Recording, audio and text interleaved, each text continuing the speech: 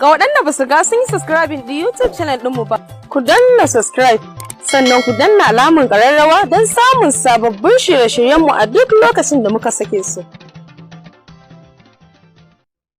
Baka ganin 'yan kasuwanmu? Daga inda aka ce Ramadan ya tinkaro, saura sati ɗaya a shiga Ramadan, to fa kawai sai dai 'yan kasuwan da Allah ya musu rahama. Daga inda aka ce Ramadan saura sati ɗaya, to za ka fara jin tattasai ya fara tashi, za ka fara jin tumatur ya fara tashi. Wannan tattasan kuma wani za ka samu ma ya shekara 2 a aji. Za ka fara jin suga ya fara tashi, sugan za ka iya samun ya kai shekara a aji. Za ka fara jin kayan masarufi ya fara tashi. Man sagir kuma a garinsu kuma a Ramadan. To bare yanzu da muke cikin wannan jarrabawa, ka san an yi farashin Ramadan daban, an yi farashin coronavirus ma daban, lockdown shi ma sun mishi farashinsa daban. Ran da aka ce za a yi lockdown, to farashi kuma sai sake tashi. Allahu akbar. Man sagir mutane ne suka shiga masifa, wadda zai tsira sai wadda Allah ya so shi. Kai da kake ƙara farashi kasan koma kai ma guguwar za ta tafi da kai. Yanzu akwai wadda ya isa ya ce ya fi ƙarfin tafiya a cikin wannan masifan? Wallahi babu shi. Baka nemi kusanci a wajen Allah da kyautatawa ba. Tsawwala wa jama'a, ana cikin masifa, ana watan Ramadan, ana halin kakani kai. Yau duk wadda ka mudu shinkafa mudu 10 ka bashi a wannan local environment da muke rayuwa sai yayi kwalla.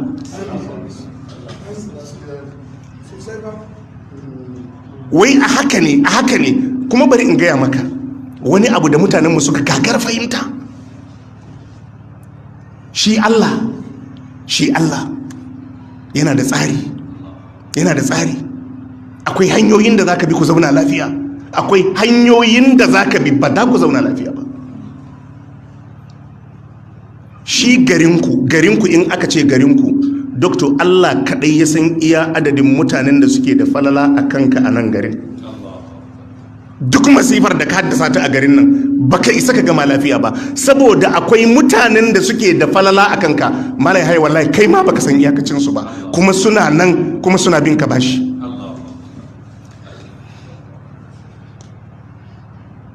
Masifar ma a garinku inda aka haife ka, masifar ma a garinku.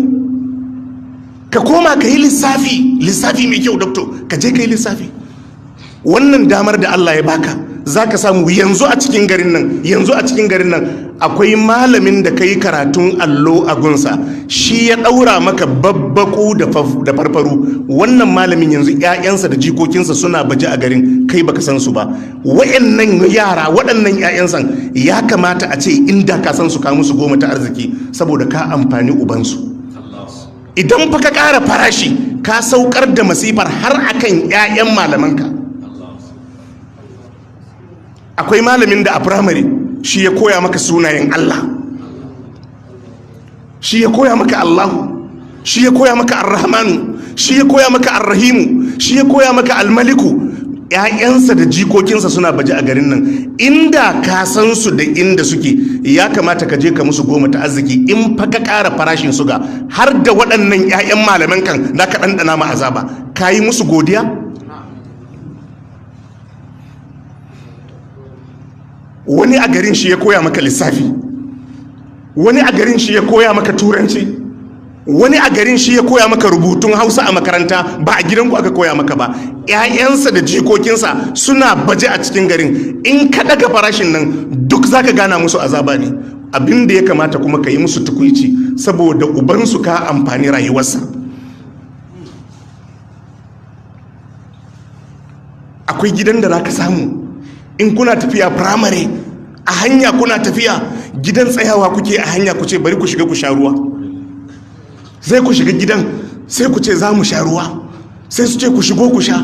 Gidan nan ya kamata in kai dan halal ne, inda za ka iya tunowa ka je gidan ka musu 10 ta arziki. Yanzu fa in ka ƙara farashin shinkafa ko kayan masarufi, har da wannan gidan da kake shiga ka sha ruwan duk ka sa su a cikin masifa.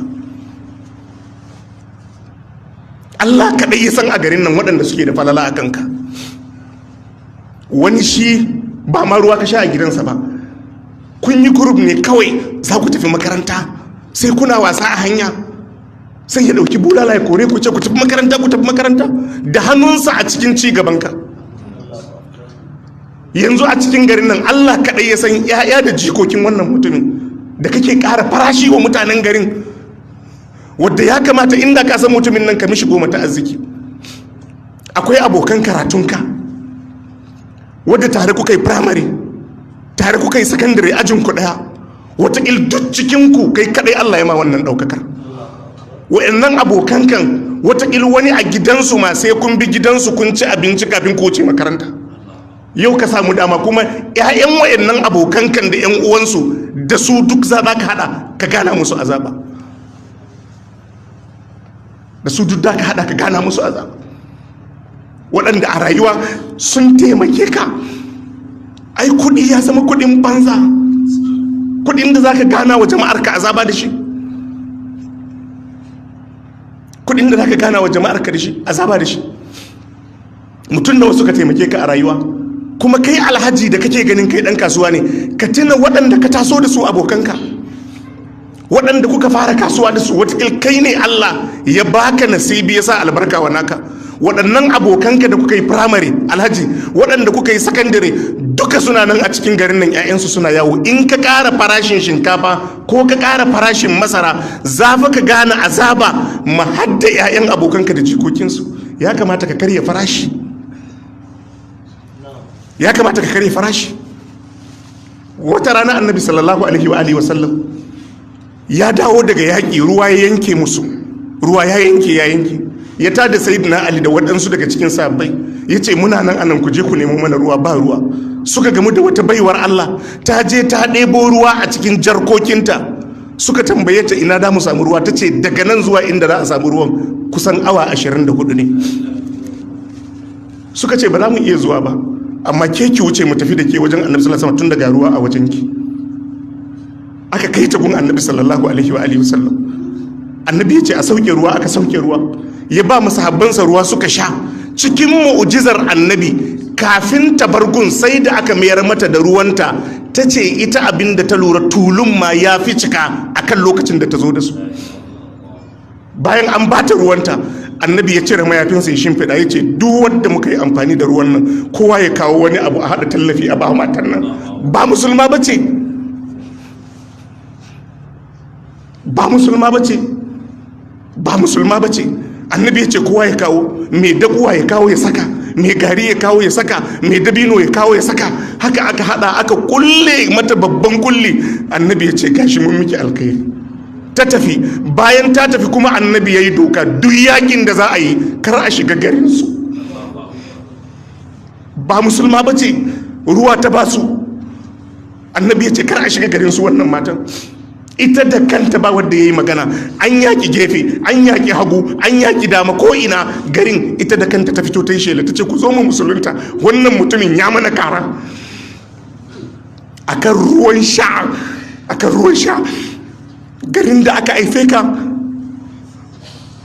matar da ta karbi ungozo marka, aka haife ka ta karbi aihuwanka, ita ma 'ya'yanta da jikokinta suna cikin garin, kuke haduwa ku gana musu azaba. Ai dukiya ba ta yi ba, dukiya ba ta yi ba. Don Allah ya baku arziki na kasuwa, Allah ya baku arziki na kasuwa. Ku ta sabayin Allah a gaba da zalunci, ku ta sabayin Allah a gaba da zalunci. Wallahi ruwa ne, arniya ce, ba musulma ba ce. Annabi ya ce a daga mata kafa, bayan an mata kyauta ya ce kuma kar a sake shiga garinsu. Ita da kanta ta fito ta ce haba jama'a ku zo mu musulunta, mutumin nan ya mana kara ya mana zumunci. Ba musulma ba ce. Wadda a garin Bauchi baka san iya waɗanda suka taimake ka ba, a Kano baka san iya waɗanda suka taimake ka ba. Wadda ya ma kaciya yana nan a garin da 'ya'yansa da jikokinsa, in ka ɗaga farashi shi ma za ka cutar da shi. Abokanan babanka suna nan a garin, aminan babanka suna nan, 'ya'yansu suna nan, jikokinsu suna nan a garinku. Ku dinga tayar da masifa a cikin garinku. To wadda ya san, wadda yake dan halal shi ya san abu na goma na arziki a rayuwa. Amma yadda mutanen mu kuke yi, ba da ku gama lafiya ba. In ba ku tuba kun gyara ba, ba da ku gama lafiya ba. In ba ku tuba kun gyara ba, ba da ku gama lafiya ba. ka duba kisar wannan mutumin da annabi sallallahu alaihi wasallam ya bar mutane uku a cikin banu Isra'il, da wannan mai ciwon kora da makaho da mai ciwon barsu din nan, annabi ya bada labarin su uku da jarrabawar da Allah ya musu. Wannan Allah ya bashi garke na raƙuma, wannan Allah ya bashi garke na shanu, wannan aka bashi garke na awaki da tumaki. Sai aka jarabce su da mala'ika ya zo ya nemi taimako da tallafi a gunsu. Ya zo wajen wannan na farko mai raƙuma, ya ce mishi kai haƙuri, abubuwan sun mun yawa, ba zan iya taimaka maka ba. Ya zo gun mai shanu, ya ce mishi kai haƙuri, ba zan iya tallafa maka ba.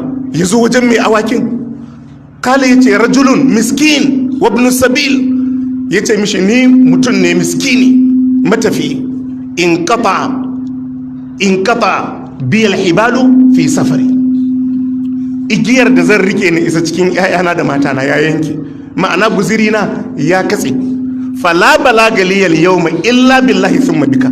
Ya ce mishi alhaji ka taimake ni, ba ni da inda zan samu taimako na isa zuwa ga iyalaina a yau din nan sai da taimakon Allah da abin da zaka tallafa mini. Kala sai shi mutumin sai ya ce mishi kad kuntu a'ma faraddallahu alayya basari, ya ce mishi da ni ma makaho ne, Allah ya miyar mun da gani na, dan halal kenan wanda baya mantuwan alkhairi. Kar don ka samu duniya ka manta da abokanka da a sakandare kuke jika kanzo kuna ci tare, wani a cikinsu ko abincin da zai ci bayi da shi, yau kai ka samu babban matsayi, kar ka manta da shi. Dan halal baya manta alkhairi. Wani yadda kuka taso kuna tafiya firamare gidansu kuke zuwa ku sha kunu tukunna ku wuce makaranta, in ka tuna da shi ka je ka musu goma ta arziki, wannan shine ya nuna arziki mai albarka. To shi wannan makafin bai manta ba, ya ce mishi ni matafiyi ne, guzirina ya katse, ba ni da hanyar da zan isa zuwa ga iyalaina sai da taimakon Allah da taimakon da zaka mini. Kala sai ya ce mishi kad kuntu a'ma faraddallahu alayya basari, ya ce mishi da ni ma makaho ne, Allah ne ya mayar mun da gani na. Kusma shi ita wa da'ama shi ita, ya ce ga nan dukiyar, ga awakin, ga dabbobin, ya ce ka je ka ɗebi duk abin da kake so, ka bar mun abin da kake so. Fa wallahi, ya ce na rantse da Allah, la ajhadaka al-yawm la ajhadaka shay'an akastahu lillah, ya ce wallahi ba zan ma mita ko korafi ko na musguna maka akan wani abu da ka ɗiba da sunan Allah ba. Ya ce ni Allah ya mun goma ta arziki, Allah ya mun goma ta arziki. Ya ce babu abin da nake jira. Waɗannan mutane da kake gani doctor, waɗannan mutane da kake gani ba fa wai musguna wa mutane ba, ba fa musguna wa mutane ba, ba fa musguna wa mutane ba. Shi fa Allah rowa kawai yana lalata dukiya a kanta. Rowa baka kuntata ma kowa ba, rowa ka ɗauki abunka ka hana, Allah na lalata dukiyan. Ai wannan kisan mutane uku na banu Isra'il din, su guda biyun ai rowa suka yi, ba sun cuci wadda ya zo roƙonsu ba ne, rowa suka yi. Amma duka haka Allah ya shafe dukiyar, duka haka Allah ya shafe dukiyar. Mu ji tsoron Allah. Haba malam, mutanen da zaka samu malam ya haya, mutanen da zaka samu mutum ya cire zakka in lokacin zakka fa yayi kudin ba kudin ka bane. Alhaji, kudin da kake cire zakka in aka ce a Ramadan ne lokacin cire zakkan, ba Ramadan yayi ba, to kudin ba kudin ka bane. Da ka samu yanzu haka akwai wadda zakkan barama yana ajiye da ita, ba mugunta bane? Talaka wanda zai bawa ne babu? To zakkar ta kai miliyan 10, shi kuma yana jin zafin ya cire miliyan 3 a lokaci ɗaya ya bayar. Kudin ba kudinsa bane. Wadda zakka ma baya iya bayarwa, shi ne zai taimaki jama'a. Zakka sukan iya rike zakka wata 6 shekara guda, sukan iya rike zakka wata 6 shekara guda ba su ba bayin Allah ba. Kasan dai a Najeriya duk wanda ya cire zakka har shekara ta sake kewayowa zakkan na hannunsa, ƙarya ne ya ce bai samu wadda zai ba wa zakkan ba ne. To amma zakkan ne ya iya cire miliyan 1 a rana ɗaya ya bayar, yana jin zafi tare da cewa ba dukiyarsa ba ce. Ai dukanmu za mu je mu haɗu a gaban Allah, duk da mu haɗu a gaban